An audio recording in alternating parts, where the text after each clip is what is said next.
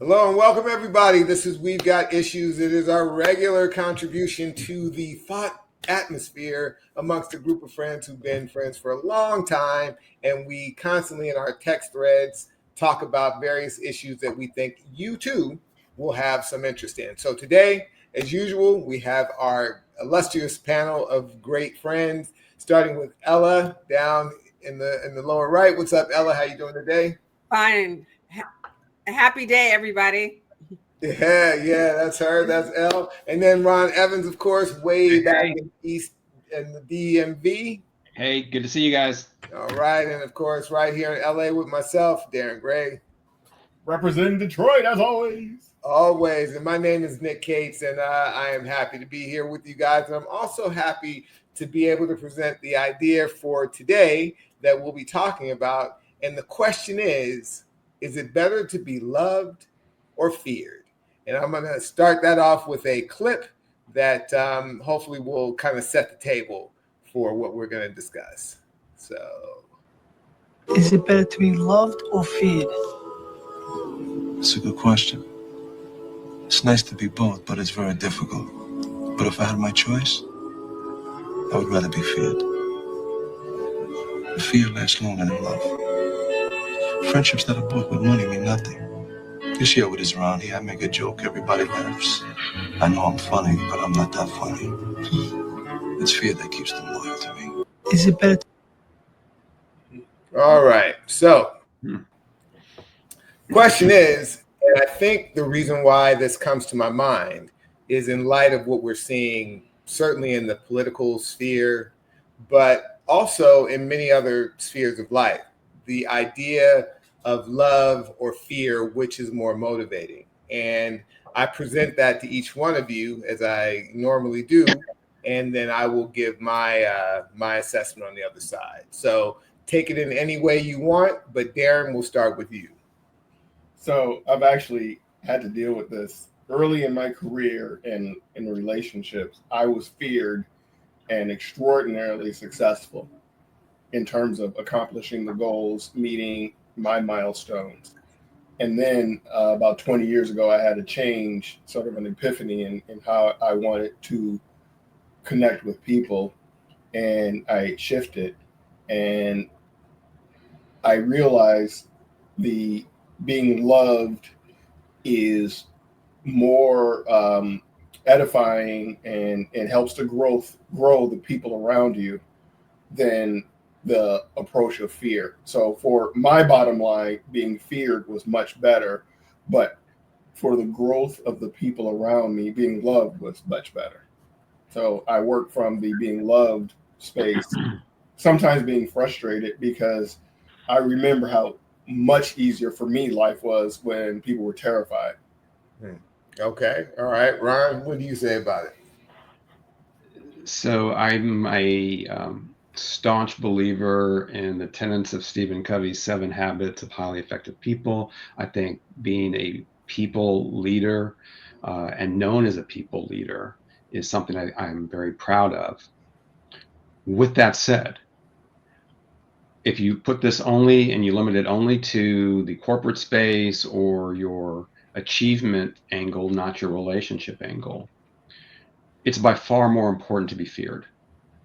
Now, the exercise of power is one where hopefully, and as someone said this a long time ago, real power is when you get somebody to do what you want and have them think it's their idea.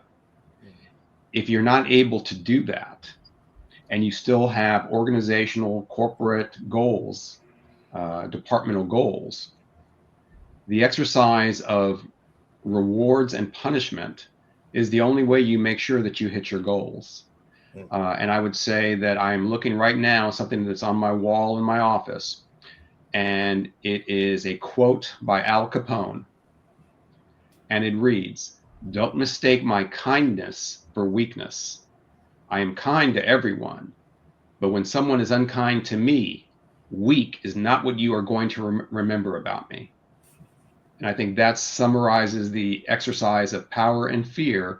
It is a tool that you hopefully will not have to deploy, but it is more powerful because of rewards and consequences than love.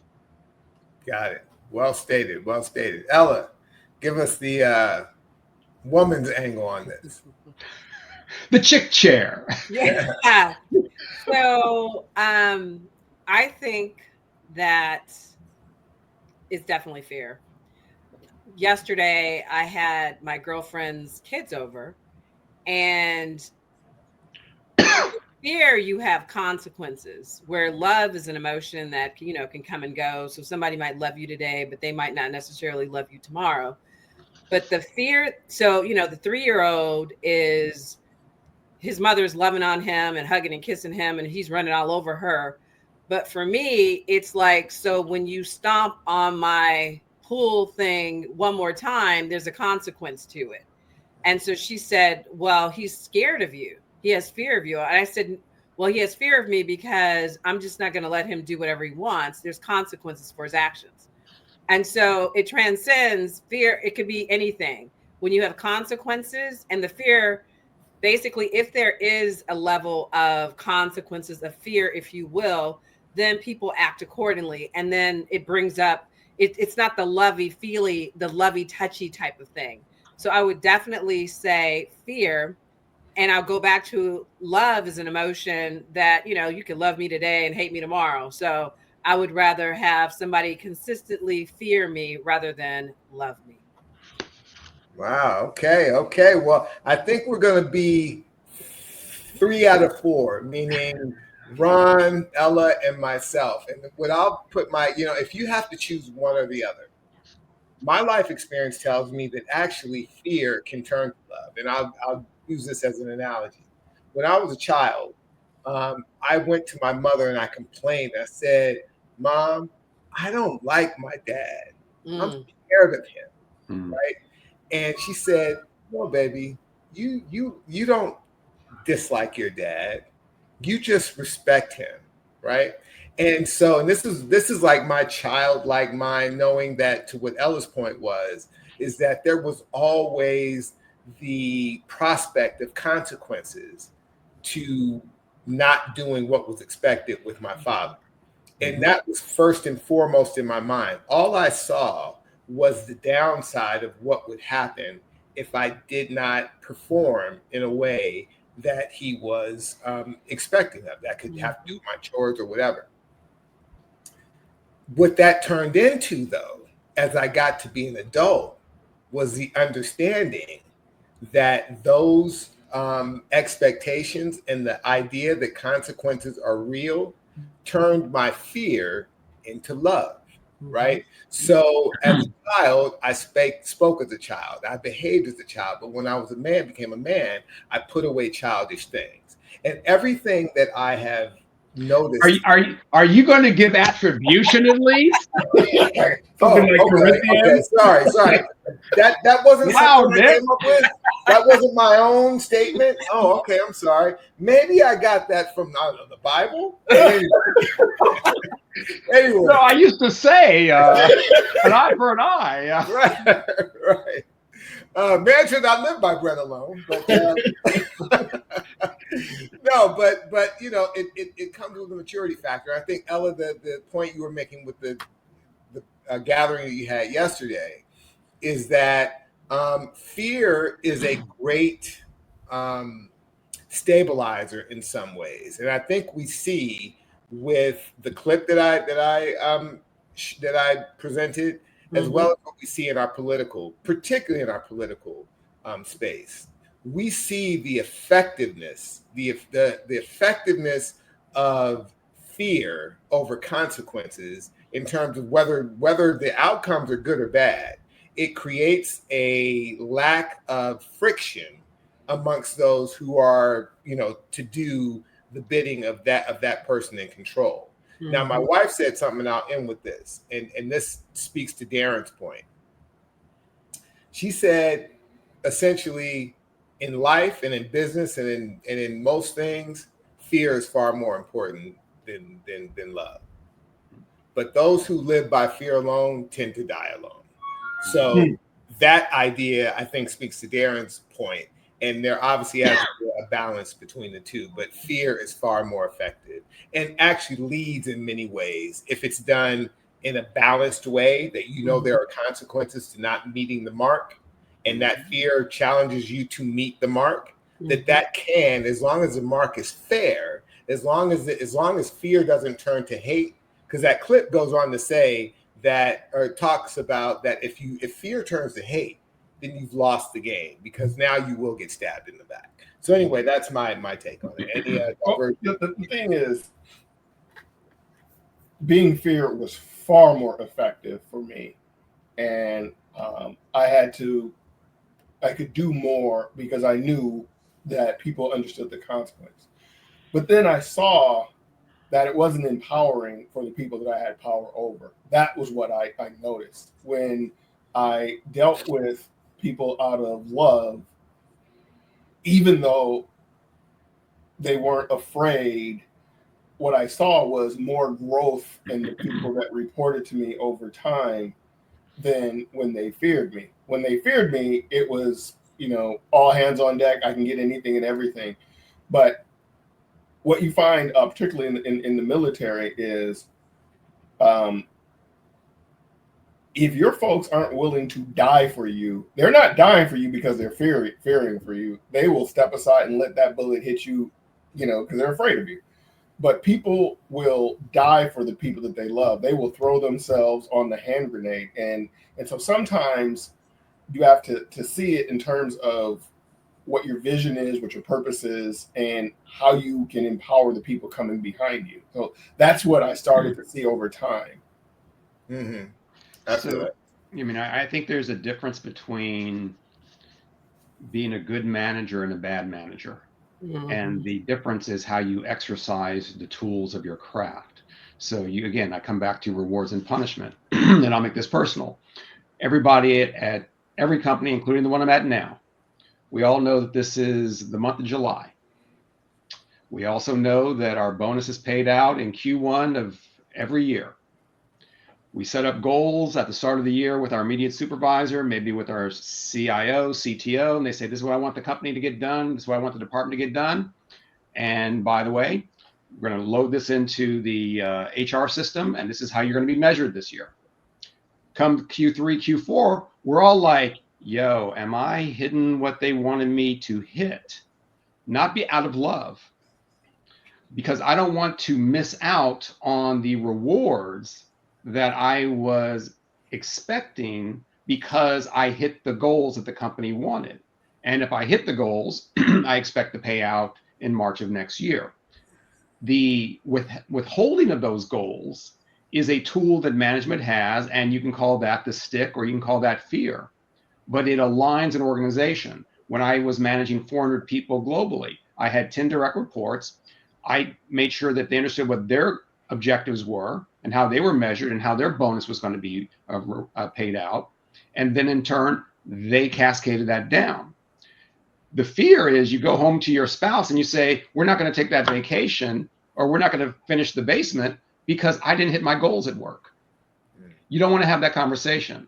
And that's why a tool of craft is fear or the withholding of rewards. It doesn't make you a tyrant, which is, I think, what you're describing, Darren. It makes you a good manager. You then want to make sure that your direct reports feel empowered, that they are motivating their teams, that they know how to get the best out of their teams and doing it in a compassionate way. And you can still have love and have expectations, right? You can still, like my first part of my career, it was like, I was Mr. Spacely, Jetson, you're on fire. That's how it was back then. For you younger people, the Jetsons, Mr. Spacely was the boss. But now, when I let somebody go, they're clear why they got let go. I mean, there's no anger, there's no frustration. It's like, here is why, here's what I expect from you. And it's a clear expectation, so they know. But once I set the expectations, I don't have to rule by fear anymore, because the natural consequences of not meeting their target is they get let go. And I've had people, I'm sorry I didn't meet your, they're not like terrified. They're sad that they didn't meet the expectation. I tell you what, I think it has to do with your initial approach to how you build a team. And I'm just going to take it from the the second Trump administration example. I believe that there are people who literally love and would throw themselves on a grenade for Donald Trump in his administration, right? But he didn't come in, it appears to me, thinking, how am I going to get people to love me in order to get them to perform at a high level? He came in with saying, you will do, like, I know what I want. I know which direction I want to take this thing. I know what's in it for me, and there's something in it for you. And you will do exactly as I say, or your head, or off with your head, basically. And so because those people are already aligned with what he believes, what his ethic is, what his whatever, it makes them love him more. Let's take another example, like someone like Barack Obama, who came into office being loved by everyone. And people had expectations of him and what he was going to do for them and how he was going to change their lives. And so what ended up happening was his approach, in my opinion, was one where that love quickly faded and turned into a bit of chaos because people weren't bought into that you will meet my standard, I will not meet yours, you will meet mine. And the situation led to, I think, an unsustainable pattern that led us to actually where we are now. So the expression of power and authority and, you know, those kinds of things before the soft side, before the like me, love me, like I want to reach out and do whatever, I think does everything that you said you would want. You want the people to be empowered to do their best. You want clear objectives, and you want, above all those things, the hammer that is over. You want the sword of Damocles over their head every day that says, if you do not do this, there will be consequences. Ellie, you got anything to add to that? I'm just kind of still stuck on the Obama, your description of Obama about the chaos and where it is. I mean, I'm sorry. Please well, I guess I just don't understand what you mean by that. If you just can explain it a little more. Well, think about how the hope and change message, right? And how he was someone who seemed to be above the as a person, ethically and morally, and as who he was as a figure, above, say, politics and stuff like that. And people voted for him because they liked him as a person, and they felt like they could put their dreams and so forth into him. And his approach to governing was one where he was always in a position of conciliating. He at best started from the middle of things and tried to draw the other side to the middle. But what he ended up doing was getting pushed to the right. You take someone like, say, Trump, for example, who starts firmly where he wants to. Let's take tariffs. I think 90% of pundits and people in politics, and maybe even the public, felt like tariffs was a horrible idea. But he says, damn it, I'm doing it. Like, this is what I'm doing. And anybody who wants to be on my team is going to sing that same song. And sooner or later, the public comes over to his side. Back to Obamacare, right? That's my big plan. Did he have like a bazooka out saying, this is going to get done? This is going to be the thing that's going to change our country. That was not his approach. His approach was always trying to negotiate, trying to come from the middle and bring both sides in. And instead of it being a net positive, he was neither fish nor fowl. And so that's my point. He tried to use charisma and a soft touch and those kinds of things, as opposed to saying, this is going to get done. And anyone who's not for me is against me and will be dealt with as such. That's my point. Does that make it clear? I don't think you can compare a white male with a black who has both the Senate and a Congress to a black man who basically the Senate and the Congress said, we're going to make sure that nothing you do gets done. There is no comparison to that. There's in his first 2 years, Ella, he had both. There's Until no comparison. The midterm, he had both. Wait, but there's no comparison in this country to a white man with power and money to a black man. You just can't compare it and say it's apples to apples. You just can't do it. I disagree with that. I think someone like, I stumbled upon a clip of Muhammad Ali, right, when in the 70s, 1974, and he was the heavyweight champion of the world or whatever, and he is still, and outside, he's still a black man in America, and he made no apologies at all for feeling like Black people need to have more than what we're getting out of this situation. And the only remedy for that is for white people to basically, come to recognize that Black people need to get what we need to get, right? And so I feel like Obama, and I have a lot of positive to say about him too, but he kind of took the Jackie Robinson, Sugar Ray Robertson, Sammy Davis Jr. kind of approach to being a Black man in America, which is like to try and don't rock the boat too much because I'm a Black man in America, as opposed to saying, listen, I am the president of the freaking United States of America, and I am going to behave as such. People will treat me as such. People will see me as such. I am not going to put the restraints on myself because of what the exterior is. I'm going to change the exterior by how I perform. And he would have been a one-term president if he had done that. Exactly. I don't know that that's true. Yeah. I think he would have been, because a lot of the people in the Obama coalition, they resonated with that hope and change above the fray. When he started to go partisan, and I think he went more to the left, he lost a lot of his coalition.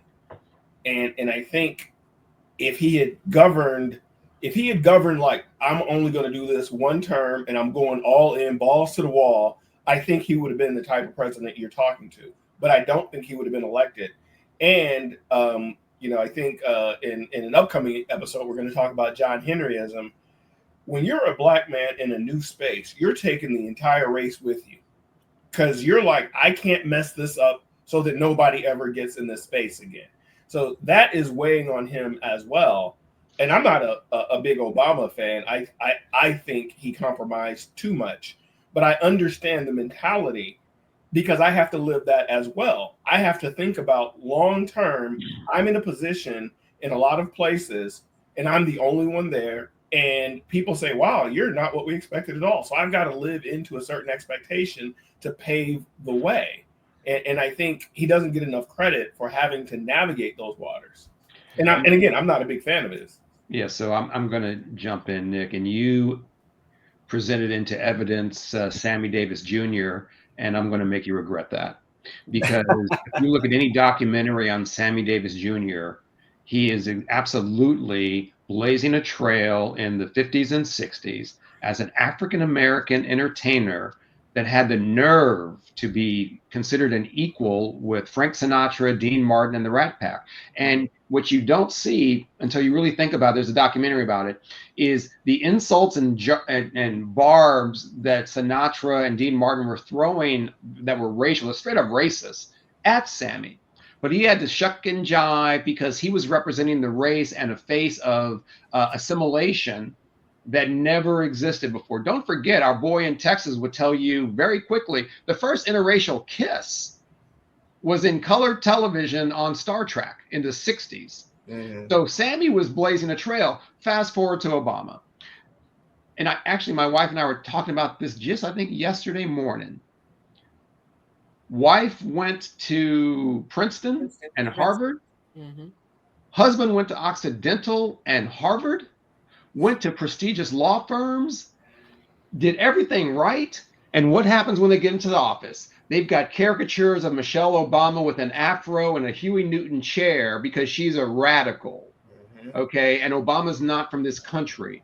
It is belittling our best example of playing the game and trying to be successful. And the majority saying, sorry, you're still not like us, homie. Right. And that's what he was facing. Exactly. So here's my rebuttal. Here's my rebuttal to all of that.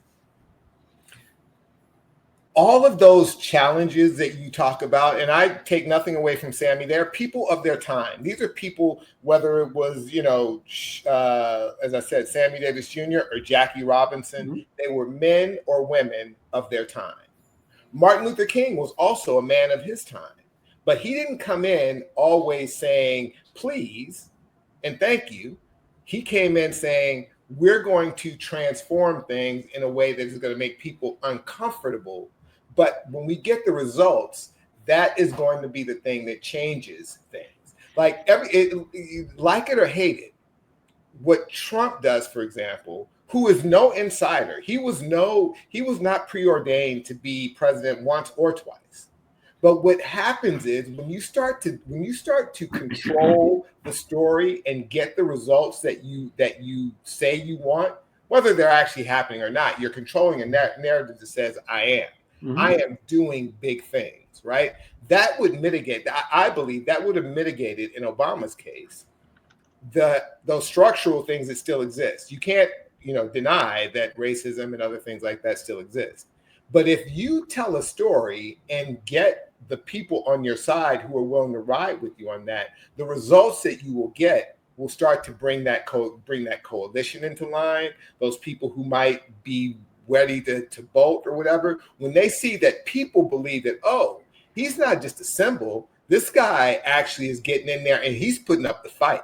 He's saying, no, I will not take second place. I will not wait. I will not play the role. I am coming at this from a completely new standpoint because there are people who need to get the benefits that have been denied them. And whether I'm here for 5 minutes or one term or two, I am going to live my very last breath fighting that fight and telling that story.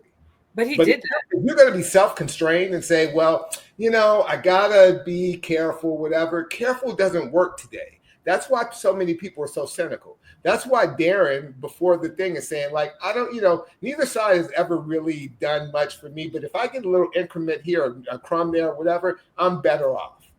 So what I'm telling you is that results, not personality always, but results in crafting a narrative and being willing to use fear and force to do what it is that you believe needs to be done is worth far more than being liked and loved.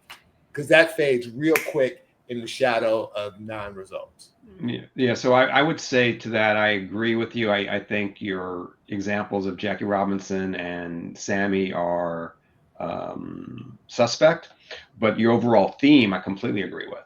Right. And I hate to give our current president any credit for anything, but it is undeniable that he is exercising rewards and punishment to get his agenda. And that's exactly what every leader and every friggin' corporation does 24/7. Yeah. You if you want to move people from where they are to where you want them to go, you either have a carrot or a stick. And if you tell me, Ron, you know what? Your bonus is at risk if you don't deliver on that piece of software, that infrastructure, that cost savings. Your bonus is at risk. Taking the Darren Gray perspective of it's all about me. If it's all about me, then I'm going to do your bidding, boss, because I need that reward. And I think that's what Trump has done very well. And if you've got right on your side, if you truly believe that you're right, you believe that you've got the answer, that you can change things for real, like the hope that people put in you can really turn to change, then why would you spend a second waiting? Why would you take the path that so many people have taken before you and been stuck in the middle as opposed to actually transforming things? And again, I get it. I understand it. Maybe if it were me that were in the shoes, I would have done the same thing. But I darn sure would not have been as willing, particularly now. We cannot, after seeing what we've seen of this Trump administration, I don't think anybody in their right mind will ever take the presidency again and feel like I'm going in with a message of love. I'm going in with a message of clear, direct, and forceful direction, which will inspire people who also believe it to do the same, and consequences for those who don't.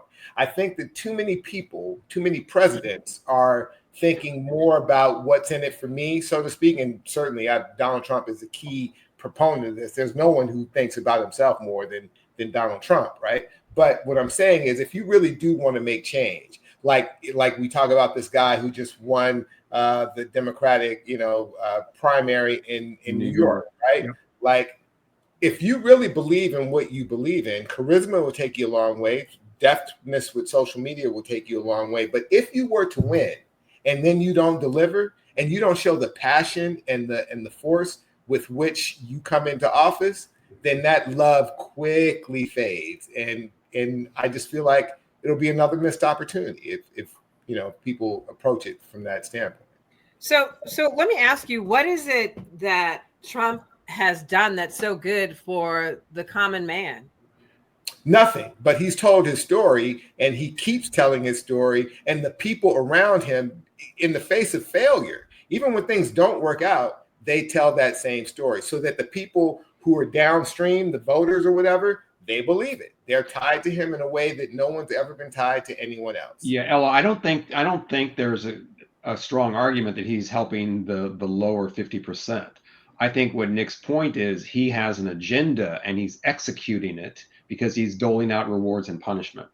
And he's lying to everybody. I mean, I think that he's masterful at selling whatever it is he's trying to sell, but it's not helping people. And we'll see what happens as time goes on and all of the detriment that happens to the majority of the people. It's a different debate.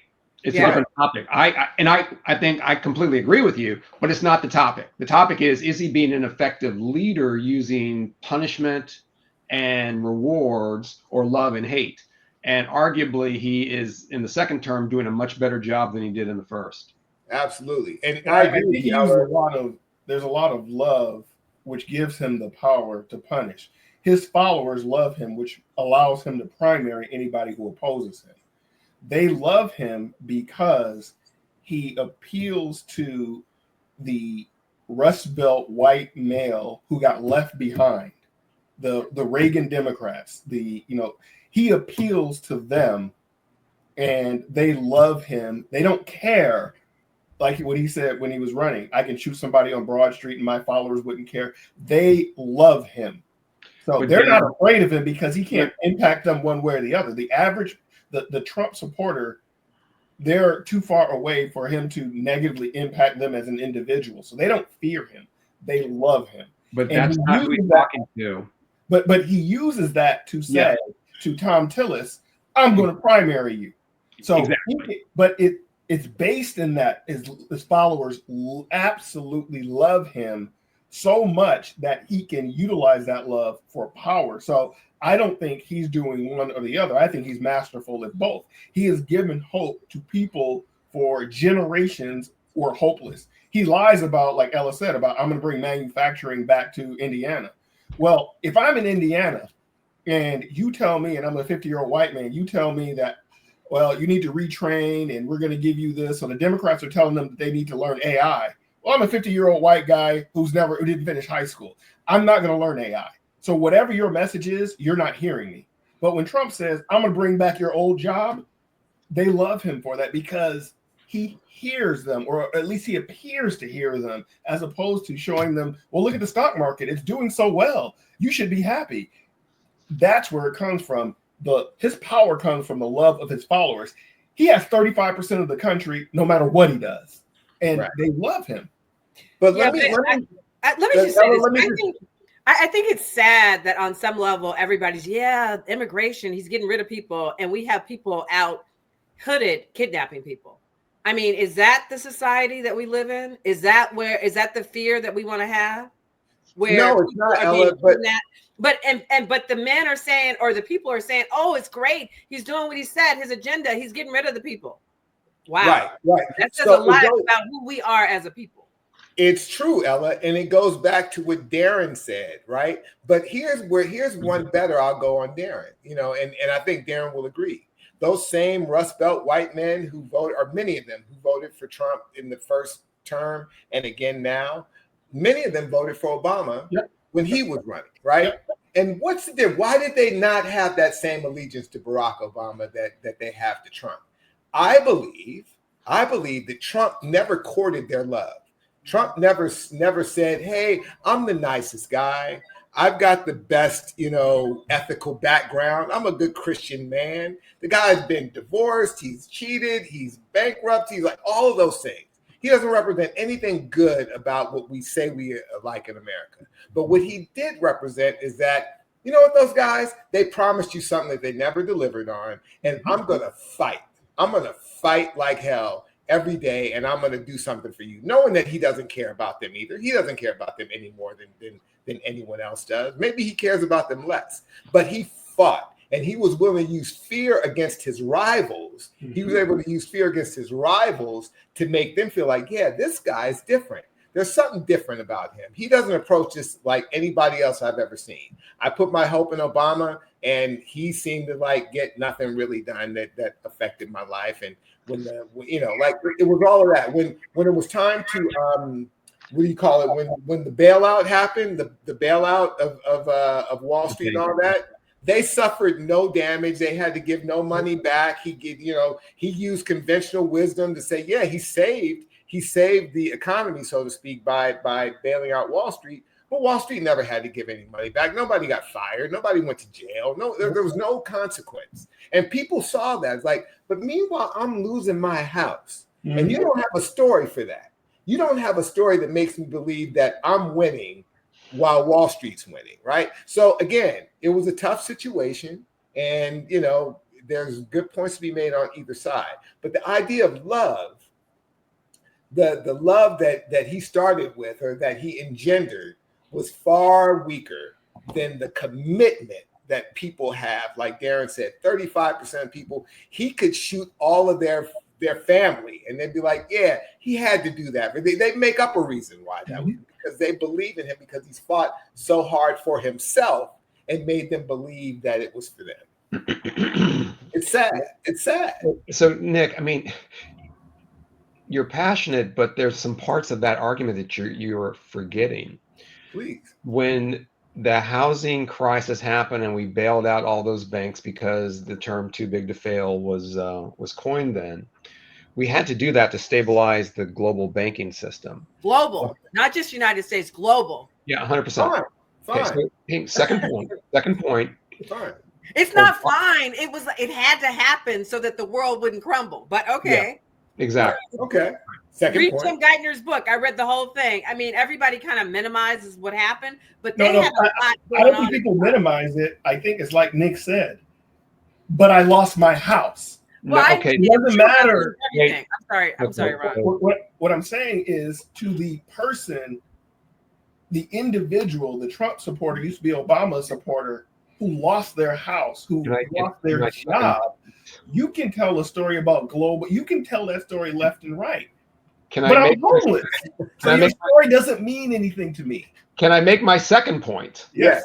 Then you can disagree with the thing in its entirety. Okay. So I want you to make sure you understand what you're disagreeing with.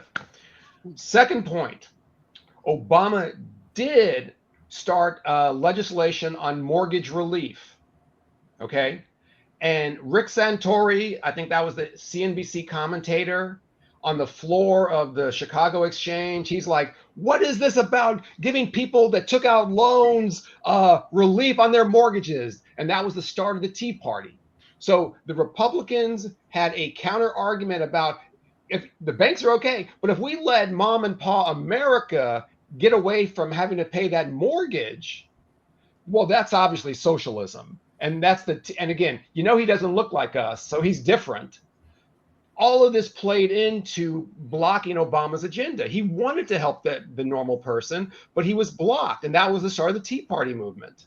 I'll give you that, Ron. I'll give you that there was a negative reaction. And the Republicans are very deft at creating a counter narrative that, can blunt whatever it is you're trying to do.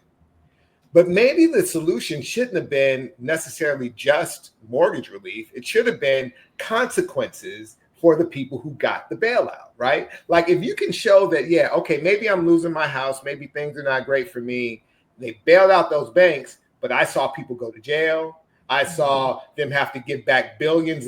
That was where the mortgage relief came from, because the loans they were giving out were terrible to begin with. Like, there have to be consequences for everyone, right? And you have to be able to tell a story. But Obama, again, instead of being forceful, in my opinion, and like saying that we are doing the American people's business and not just keeping Wall Street alive and the global thing alive, which is what Ella was saying. Like, you read Tim Geithner's book, and there's a whole bigger impact that could have been made. That's great. That's probably all true. But to Darren's point about people losing their house, and I don't care about that, because now what am I going to do? There has to be a narrative. And that narrative only comes from somebody who is passionately focused on telling the story that Rick Santelli or anybody else can't come against, right? And if the Tea Party was a protest on the streets, maybe he should have called out the National Guard or whatever on them. Like, all the things that you're seeing now, all the levers that the president can pull, his bully pulpit, which is bigger than anybody's, you have to be willing to use that to create the reality that you want. And then, Ron, a lot of the mortgage relief that did happen, a lot of people couldn't take advantage because you had to miss payments. And so the people had to choose between, like, I know folks firsthand, some of our friends who were like, I can't get TARP because I'm paying my bills and I don't want to ding on my credit. But my neighbor, who doesn't care about their credit, they got their loan forgiven. And so, even with the mortgage relief, there were people who were suffering and who were like, when you start talking about the global, it's like with the last election when, Harris was talking globally and, the economy is doing well. And even in our text chat, when people were telling me that homelessness was down. Yeah, but not in my neighborhood. When I look out, I'm like, when you start having those conversations, or crime is down and you can't get shampoo at your CVS, when you start having these global conversations and the individual people are suffering, you're going to get that person who comes along promising them the world, a la 1938, Hitler, who promises the world and will engender a love that will lead to ultimate power. And that's what we have to do better. We have to be better salespeople. I mean, that's the thing that's masterful about this administration, is that they're salespeople and they're selling people. And we need to, and whomever, Democrats or whatever, need to be better at talking about what they're out there doing. And we haven't done that. So I think there was a lot of work. They're so busy doing the work that they're not out there telling the story that people want to hear. So I fully agree with that. I don't know, Ella. It's listening, because like in our text chat, I was constantly talking about the failings of the Biden administration to Harris, and all of the guys were like just slamming me. I'm like, you're not hearing what people are saying. I given an example right before the election about this brother in Chicago who was giving me an Uber, and he was just railing against Harris. And I was saying, here are some concerns. And the blowback I got was like, you should have tried to convince him. I was like, you need to listen to what people are saying, even if you don't have the solution. Even if you're like, dude, I got you. I understand homelessness is not down in your neighborhood. I'm not going to tell you about stats. I'm going to talk to you about your issues. And that's what he's doing. He's lying, but he's listening. And I guess that's what people, I think the young people talk about, I want you to hear me and I want you to see me and all that other stuff. I think that's what's missing from the Democratic Party is they're like, well, if we ain't got no good news, we're not going to say nothing. Like, no, you need to address my issue right now. Tell me you at least understand. Don't point to the stock market and tell me the economy's doing better. Don't tell me that. Yeah. I think that go ahead, Ron. I was going to say, I don't like giving that guy credit, but I think one of the great examples of not hearing is when he said that illegal aliens are taking black jobs. All of us lost our friggin' mind. Not me. I did. Well, okay. I lost my mind, as did all of the people, most of the people that I know. It's like, how dare you? And then you look a level deeper and you're like, oh, it was ungraceful how he said it, but I understand what he meant. Mm-hmm. And when you go into the service sector, wherever you are, any part of the country, and you're like, back in the day, that person would have been black. Roscoe's, go to Roscoe's. Roscoe's Chicken and Waffles, go to Roscoe's, go to soul food places. And I'm sorry, I'm still processing that. Seriously? Yeah, dude. You go to it's not the same. And right. I remember, but that's an example where we left of center, college educated, coastal elite. I was trying not to say it.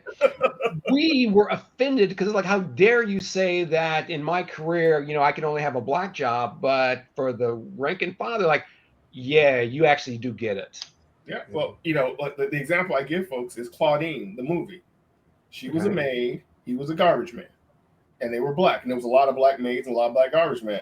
And was that movie about the toilet thing where you weren't supposed to sit on it? There was like a maid movie. I can't remember. It was recently where she wasn't supposed to sit on the toilet or anything. There were a lot of black maids. The Help. Yeah, The Help. Yeah. In the service industry, in maids, in gardening, there were a lot of black people who were in those industries. In government, there were a lot of people. Those were base jobs.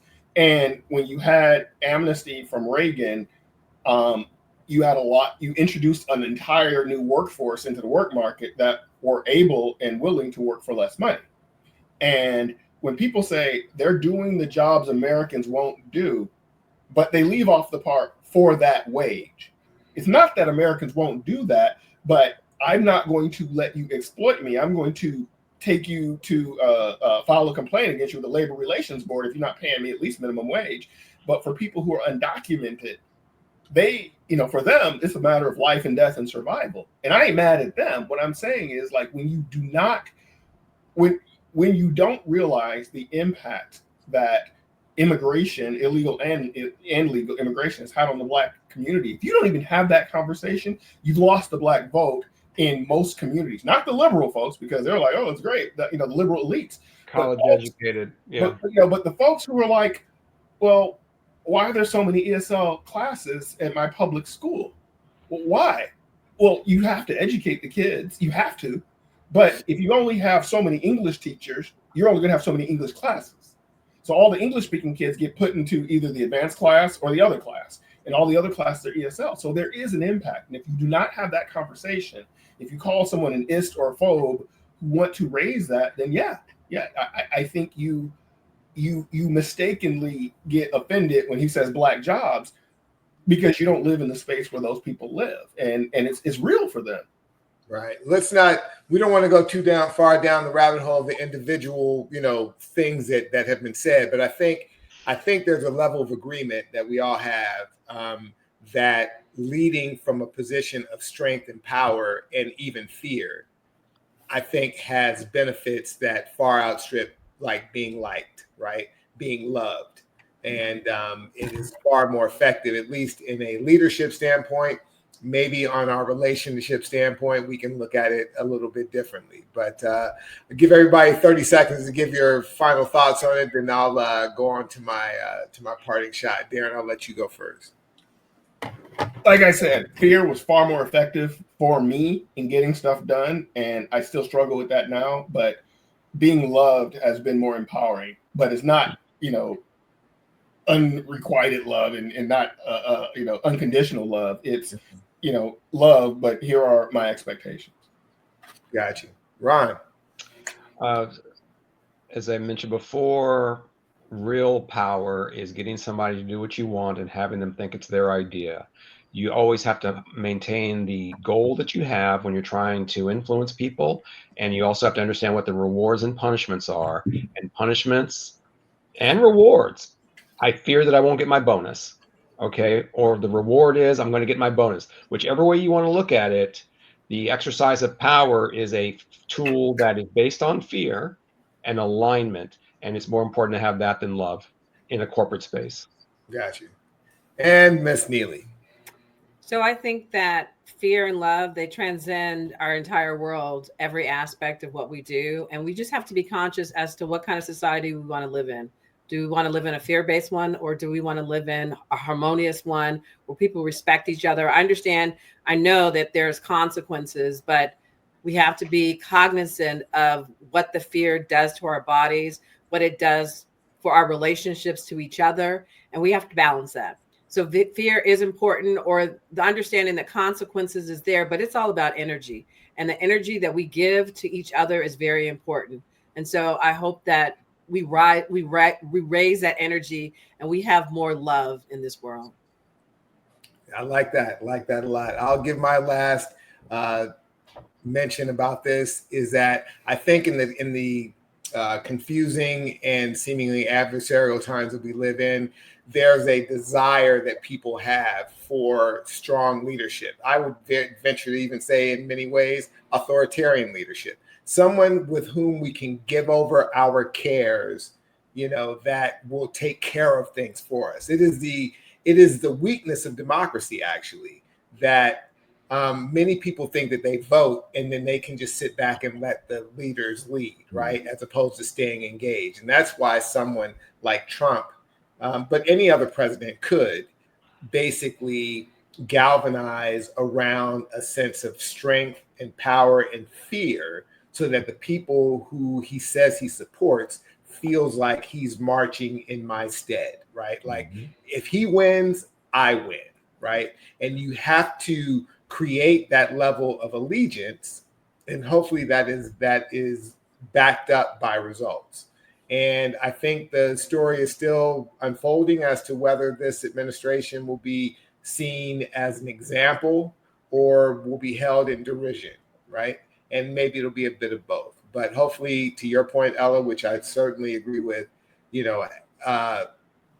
having the world we want to live in is not one where we're all at fear for one another, but we certainly want our leaders to exhibit the level of passion that inspires us to back them further. So I would say it's no longer 3-1 then.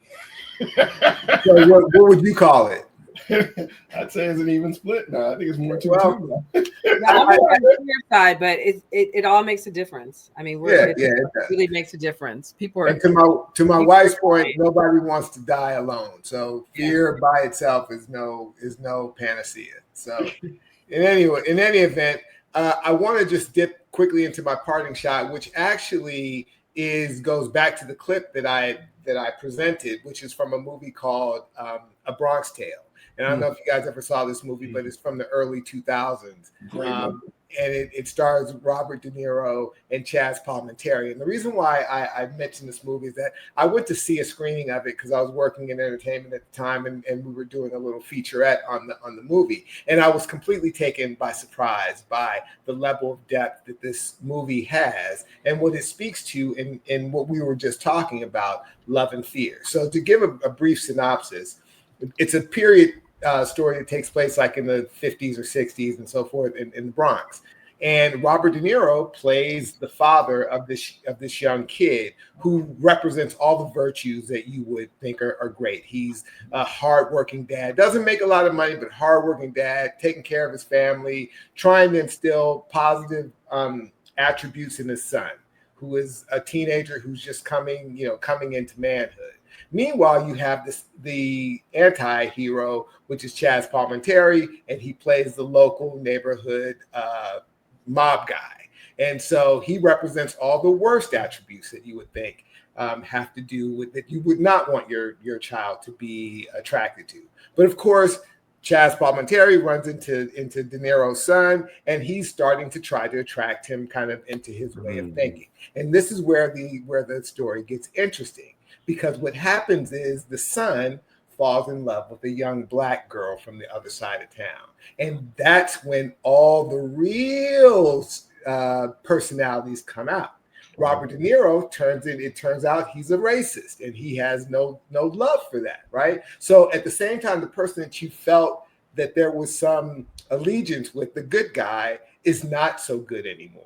And what do you know? The mobster is like, hey, let me show you how to get the girl. Let me show you how to be a gentleman. Let me show you how you can tell if she really is the one. So he's not consumed or interested or worried about race. He's just trying to help the kid learn how to be a man, right? And so the story kind of takes off from there. And I thought it was a great allegory to what we were talking about, love and fear, because Chaz Palminteri, obviously, it was his quote that it's better to be feared than loved. So, but there's much more texture to it. I think it's a great movie to enjoy on a Saturday afternoon or whatever. But it speaks to some, I think, important things that we've been thinking about and talking about. So. It's great. Google the bar fight scene from Bronx Tale. That is one of my favorite all-time. Like, if you just watch that clip, it is one of my all-time favorite scenes ever in any movie. Yep. And the music it's a great movie when it comes to music as well. Bronx Tale bar fight scene. That is an incredible scene. Yeah. All right. Thank you. All right. So that'll do it for today, guys. Hopefully everyone has heard something, and I'm sure this topic resonates with many people. Love, fear, politics, personal life, all these things are very intertwined. And so we invite your thoughts, feedback, criticisms, support, whatever it is that you have to say. We hope that you'll engage with us and tell us what you think. And certainly like and share this episode and any of our other episodes with those who are of like mind. So again, I want to thank everybody, our panel, Darren and Ron and Ella. You guys are always bringing the smoke. Love that. And we hope you do too. So we will see you guys next time. We'll see you later.